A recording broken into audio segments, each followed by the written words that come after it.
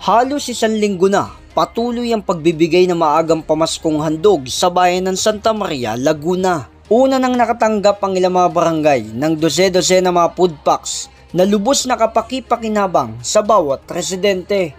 Ilan sa mga nabigyan na ng pamaskong handog ang Barangay Kalangay, Barangay Tungkod, Barangay Bubukal, Barangay Kayhakat at iba pang saklaw ng pamahalaan. Ayon kay Mayor Cindy Carolino, puspusa na ang kanilang pamamahagi upang personal na maipaabot ang mga munting regalo sa bawat pamilya. Actually, today is already our 4th day, pang-apat na araw na namin to ngayon. At ang nasaksihan nyo kanina ay pang-18 barangay na namin. Because Santa Maria has 25 barangays at ngayong araw nagsimula kasi kami nung Sabado pa. Tuloy-tuloy Sabado, Linggo, Lunes, Martes, no? So, pang-18 barangay na namin ngayon. So far, so good. Ang tinatawag namin pamaskong handog ay naging tradisyon na dito sa bayan ng Santa Maria because we've been doing this for almost 14 years already. No, mga sabi nga namin na lately, no, nakikita natin sa mga syudad, nagbibigay na rin sila, pero kami as far back as 2011 ay nagsimula na kami ng munting pamaskong handog para sa aming mga kababayan. Nung nagsimula kami, ang binibigyan namin ay per household. So, ngayon nag-level up kami. Siguro 5 years ago pa lang nag-level up kami per family. Dahil alam naman natin, minsan isang household, meron na 2 o kaya ay 3 pamilya na nakatira.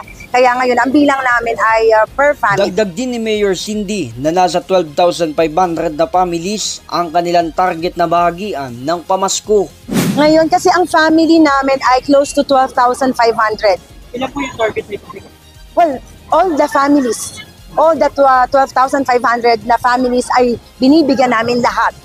Wala kaming pinipili, talagang lahat ng pamilya. So, pagdating ng middle of November, umiikot na yung aming mga BNS, Barangay Nutrition Scholars. So, sila yung nag-identify sa bawat bahay kung ilang pamilya ang nakatira. Kaya bilang namin sila up to the last detail, bilang namin sila. At iyon lahat ng family na yon, binibigyan namin ng aming simpleng food pack para magamit nila sa Kapaskuhan. Samantala, lubos din naman ang pasasalamat ni Mayor Cindy na hindi sila apektado sa mga naganap na pagbaha dulot ng mga nagdaang bagyo. It has really been a challenging year for everyone. Not just, actually, very lucky pa nga po ang Santa Maria. Kasi sa Santa Maria, hindi kami gano'n pong dumaranas ng mga katulad ng mga pagbaha.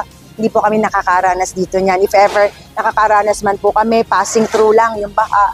Pero hindi po nag-stay ang water dito. Siguro attribute na rin, talagang inaagapan namin na pag summertime, naglilinis kami ng mga waterways at nadidisiplina namin yung aming mga kababayan. So, we're so lucky. So, sa ating po mga kababayan, sabi nga ang pamaskong handog ay tradisyon na po dito sa atin.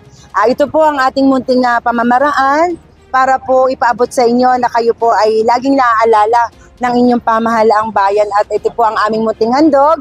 Dahil sabi ko nga po, hindi man po tayo araw-araw nagkikita, malaman po ninyo na kayo ay nasa puso at isipan ng inyong pamahalaan at sa pamamagitan po ng maliit na handog na ito ay makapagbigay kami kahit munting saya sa kapanahonang ito ng pagbibigayan, pagmamahalan at pag-ibig. Sabi nga ang Christmas daw ay pag-ibig ang sinisimbolize. And of course, giving symbolizes love. No? So, sana po ay magkaroon tayong lahat ng isang maligayang Pasko at sana ang ating laging panalangin na ang taong 2026. J. Martin, JKRS, News and Public Affairs.